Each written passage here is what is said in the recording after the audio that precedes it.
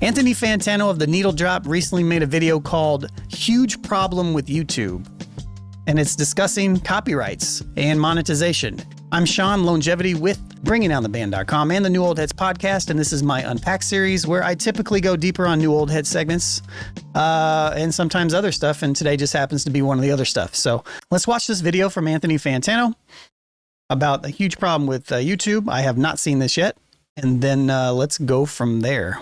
Hey everyone, Anthony Fantano here, internet's busiest music nerd. I hope you're doing well. Today we have to talk about a long-running issue on the YouTube platform. Now I want to say, off the jump, I'm not here to bully YouTube or hate on YouTube unfairly. I am a longtime YouTube user. I enjoy using YouTube. I'm glad I've been able to build a brand and a livelihood for myself here, and there are some recent decisions on the platform that I am very much pro, like for example, YouTube taking a much stronger stance than I think a lot of social media brands are out there against AI, making it more difficult now to monetize it on the website, apparently. The issue I'm talking about here in this video, even though a lot of that policy has been advertised, it really didn't change too much. A lot of it kind of already existed, but the demonetization of the AI stuff is a step in the right direction. Is a problem that is very much exacerbated by record labels and rights holders, not YouTube itself, because what I'm discussing here are issues of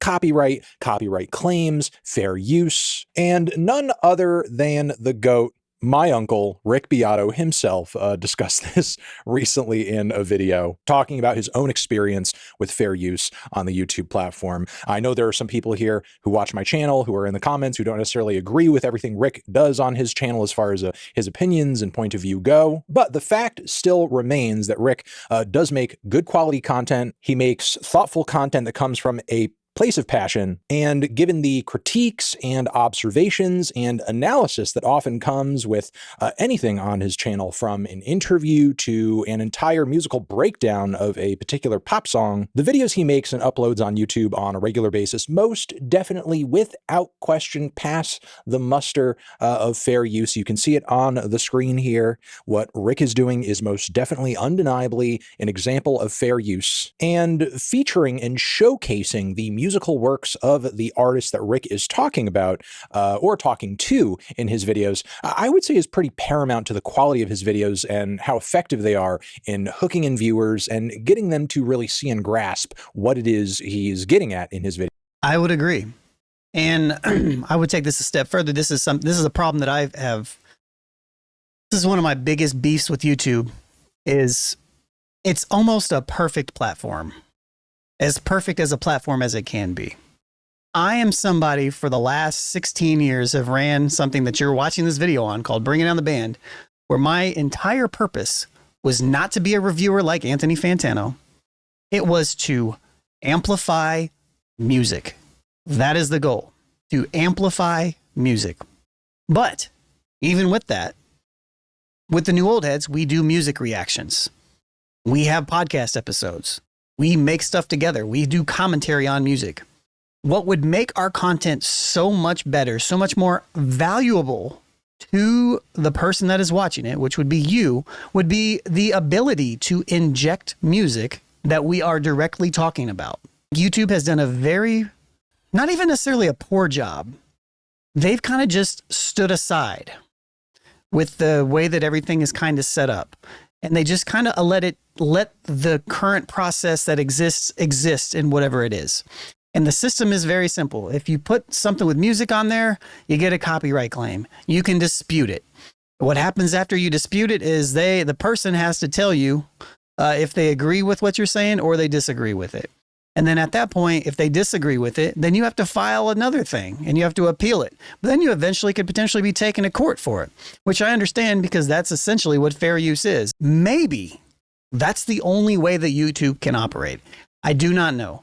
But what I do know is that there needs to be something in place. And this is what I would be okay with. And I know, we talked about this with Justin Hunt, shouts to the company, man, when he was on our show back earlier this year, about I personally would be okay if monetization was shared with the artists. For example, I would like to be able to make it so that whenever I put a video out, I can share revenue with the creator. And many of us know that that is an option in general. But what I think is that it should be standard. I think that no matter what, if you use somebody's content on this platform, I think YouTube needs to make the bold statement that you can utilize other people's content, but you have to pay them for it. And I understand that that is controversial, but I also believe that it falls under fair use. And I feel like if you can pay people for the thing that they are doing, that at least at some, like for me reviewing this, right? I think it's another thing to use the music underneath the thing. I think that you should have to license it. But if I'm going to react to something, if I'm going to talk about the new Clips album, I should be able to do that. I think how hard is it to with AI and the way the algorithms work is to factor in how much a specific piece of content is being used over a 35-minute video and be like, okay, you use this music for 1 minute and 30 seconds. Cool. We will pay you for 1 minute and 30 seconds worth of whatever you make on this will go to this person. Why is that not a thing? I could talk about this for a very long time. I wish that it would change. It would make my life as a content creator that wants to promote other people that much better. Like, I don't want to sit on here. Shouts to Professor Sky. Shouts to Anthony Fantano. I don't want to be that. I'm an artist. I just want to show you some stuff that's cool and be like, yo, check this out. Listen to this part. Check this out. Blah, blah, blah. I think it would benefit them as well. But like, man, if I could make a video that's like 15 minutes long and it's me talking for 2 minutes and the rest of the time is me showcasing a bunch of music that I like, why can't that benefit the artists? Why isn't that standard? Anyways. Videos. I just don't think Rick's videos would function the same were he not able to incorporate various clips of the songs and art and music that he's referencing. And to further bolster that Rick's content functions as an example of fair use, in no ways are his videos meant to, or even are they functionally a replacement for the music he is discussing. Like, people are actually interested in the songs he's pulling apart or the artists he is featuring aren't going to his videos to be exposed merely to those works and then going on about their day. Like, if they actually want to hear that music, the primary place to go and do that is either on a physical copy they have purchased or through a streaming platform. Like, when I want to hear Sergio Mendez's Never Gonna Let You Go, I'm going to go on Apple Music to go hear that. I'm not going to go to Rick Beato's video breaking it down as the most complex pop song ever. So again, Rick's content doesn't exist merely to replace the experience of consuming the art itself that he is talking about. Now, everything I'm saying up to now in this video might kind of sound like annoying or obvious, or like I'm just belaboring the point or delaying or wasting time. But no, I'm pointing all of this out and illustrating it to say what is obvious to you and what is clear to you watching this video is apparently not clear to the copyrights holders of the music Rick is talking about in his videos. Despite Rick's content not being a replacement for the music he's discussing. Well, let's be clear. This is capitalism. And always featuring a good, healthy amount of critical analysis and critique. Rick, over the years on his channel, has still faced countless strikes and revenue claims from labels and copyright holders. And as he says in this video I was referring to earlier, it's to the point where he's made little to nothing off of some of the biggest videos on his channel. Over the course of my channel, I've made some videos, actually a bunch of videos related to YouTube content ID claims and record labels, not only claiming videos, but blocking them. Now, for years, I didn't do anything about these content ID claims. Anytime I got one, whoever made them made all the money from my videos. And this is hundreds and hundreds of videos. Some videos would get 20 copyright claims on them, content ID claims, meaning if I did a top 20 countdown, I get 20 content ID claims and the 20 labels would split the money of my video. So I'd make no money on them. Some videos that I've made, let's say I do a top 10 countdown on Spotify, maybe 8 of the songs will have a content ID claim, but 2 of them don't, for whatever reason that they never got around to it. So you fight those 8 claims, then you win those, but then 6 months later, 2 more claims go in, you have to fight those. So it's a constant battle. And recently he has had to bring in a lawyer. Let's not even talk about the fact that content ID should just be standard. So like, for example, that's the one thing that these distribution companies are paywalling a little bit. They're making it so that like you have, not all of them, like, and you do have to opt in. And a lot of people don't opt in because they're using sampled material and sample packs and things of that nature, which I understand it's very complicated. Believe me, I know. I run a boutique label. I understand all this stuff. But what I'm also saying here is like, that's also exploitation. The fact, like from the way that I'm talking about, like the copyright claims from these 8 people are making money off of the other two people that don't have content ID on there. That is not wrong. That is, or excuse me, that is not right. That is not the system that needs to exist. This needs to be updated. To basically fight off these hundreds of claims for him. And now as a result of that, he's finally seeing some semblance of relief. But still, it's absolutely positively insane and ridiculous that it's even gotten to this point. And look, I'm not just highlighting this because I think it's like specifically unfair to Rick for this to be happening to him. Like, this is an issue that impacts the wider YouTube platform and any creator on it who tries to build a brand on critiquing media in any way, shape, or form. I mean, we even face these issues over on this channel and occasionally on my main channel too, despite the fact that I pretty much do everything I can much of the time to avoid having to put any copyrighted material in my videos. On the rare occasions that I do, me and also Austin, who often is the person who's going out there and responding to a lot of these revenue claims and sometimes DMCA strikes or outright blockages of our video from being viewed. But yeah, when we are featuring a fair amount of copyrighted material in a video, which obviously it's music, it is media I am critiquing, 9 times out of 10, we are seeing some kind of claim or strike or something. In fact, we're just anticipating it ahead of time and expecting that if we're going to do a track review video or maybe like an Instagram Reels music reaction, there's going to be some claim at some point and we're going to have to respond to that as a result. Despite the fact that, again, even if in the video with it being an Instagram Reels reaction, it's a little silly, it's a little funny, it's still an opinion, it's still an observation, it's still a critique, it's still a reaction. It actually gets even crazier than that too. I think like one of the most recent even if it's down to like we had to fight against. The crazy thing is, it's even if it's like, I've seen copyright claims for as small as I think 6 seconds.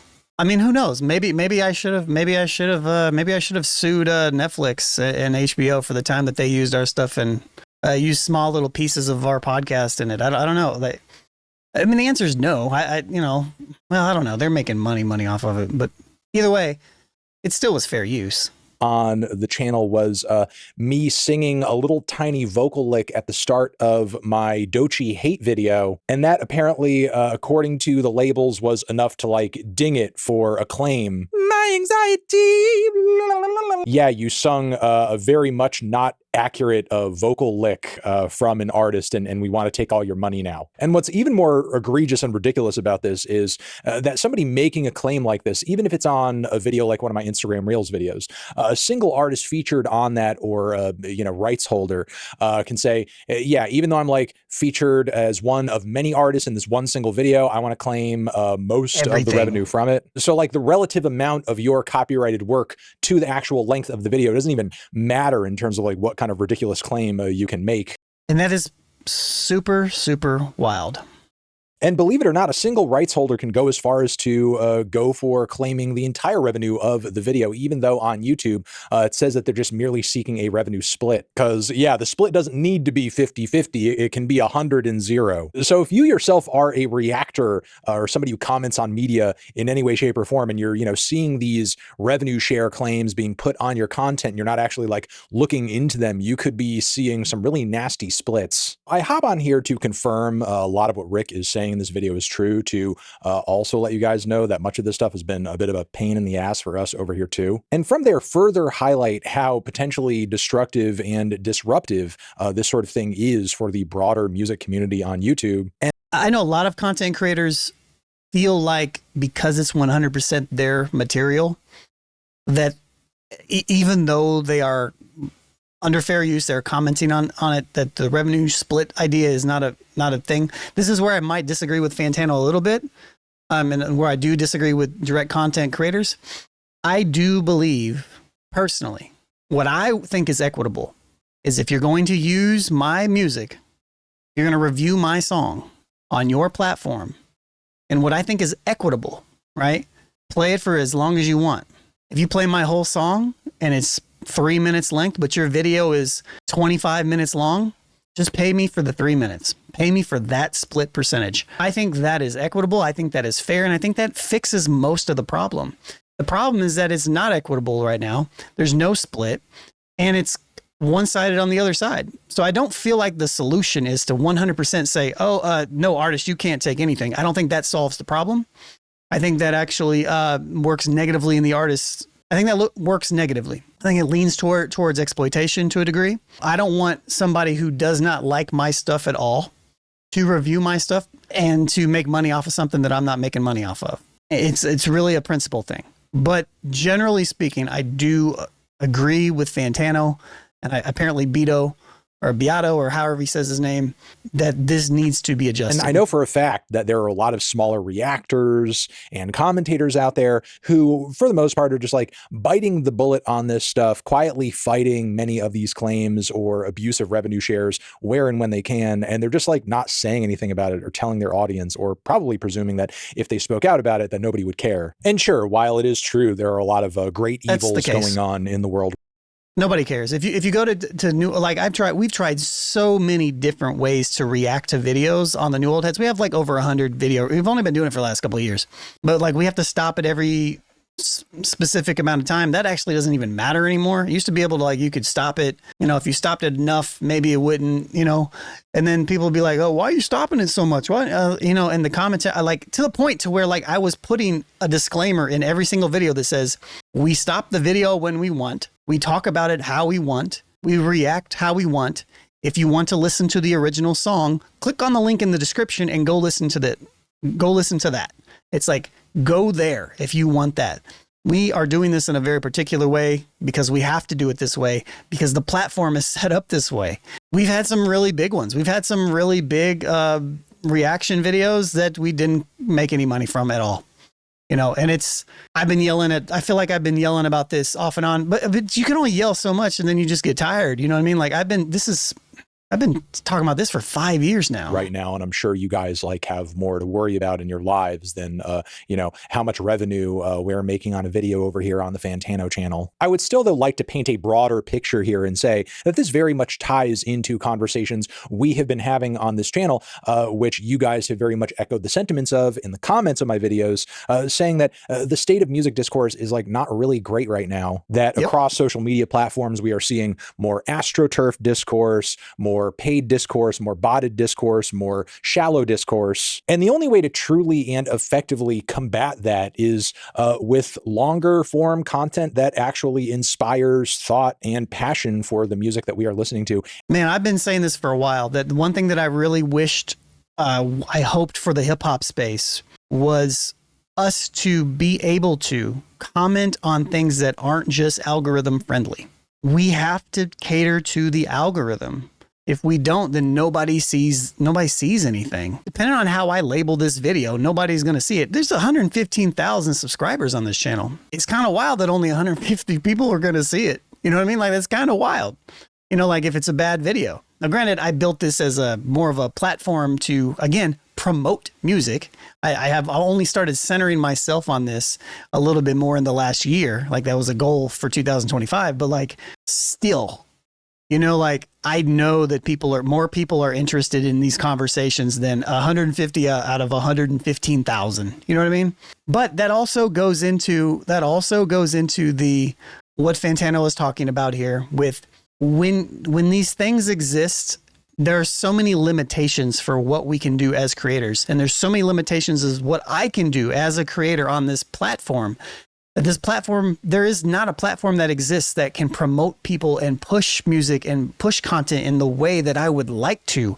And I've been saying this for 3 or 4 years, even on this channel. Every day, be that an article or a podcast or a YouTube video or whatever, you're not going to see or be presented with as much of that sort of discourse if labels, through abusing the YouTube copyright claim system, are disincentivizing it monetarily, making it difficult for young, thoughtful, up-and-coming creators to build their own platform and brand, because the moment that they try to actually engage with and showcase the music that they're talking about, they are punished instantaneously, and any money they would have made off of that video just goes right to the label. I should also note that incessantly filing these claims against actual instances of fair use, knowingly, maybe unknowingly as well, is actually illegal. But labels and copyrights holders are just routinely blanket grabbing any piece of content, claiming it instantly without actually, thinking about whether or not it does count as fair use. And they're just kind of hoping to scrape up as much money as possible through that that process,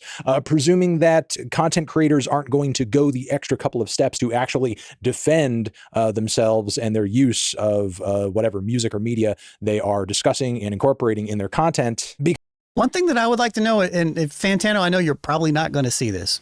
Any content creator, please tell me if you've gone through this process and tell me if this actually works, generally speaking. And I know it's not advice, right? DM me or something, right? But like if you somebody files a copyright claim on the thing that you have, and then you respond and say, no, this is under fair use. This is whatever it is. And then they deny that. The next step is essentially like you saying, nah, this is it. Take me to court. Does that ever actually happen? Or do they eventually just release the claim? Because I've been toying with the idea of like wanting to just do that, but man, I don't really want to go to court over this stuff. It's like, it's not really that deep. I mean, it is that deep, but it's like, I've just been trying to figure out ways around it. But like, if that's a thing, then, you know, maybe I'll experiment with that too. But because honestly, there are a lot of YouTubers and content creators of all stripes that don't know what the hell fair use is. They're not educated on it. They don't really understand. And sometimes the back end on YouTube, when you have to fill out these responses and fight these revenue claims, it looks a little scary. And it seems kind of like, oh no, if I, file this and I put my name in here and my signature and my information, am I going to end up in court and get like, that's the piece right there. The appeal, the dispute decision. That's the part that I'm curious about. Like, sued into oblivion. So again, it can be very worrisome and very scary, especially for somebody who is young and is just starting out. And we should frankly be making it easier for this discourse to happen, not harder, and giving reactors and commentators the financial freedom to actually make the kind of content and give the sort of opinions that they truly feel, which is much better than the current dynamic where you have reactors and commentators routinely getting ripped off. And then when some of them actually want to start making some money off of their content, they're doing it by way of taking a check from the label to promote and speak positively about some kind of up-and-coming artist they're trying to break and make it seem like there's an organic buzz around them because, oh, look, this reactor is talking about them after we paid them to do so. Lame. Let me know what you guys think about all of this in the comments down below. I'm sure you will. You guys are the best. Good discourse, good commentary. I really...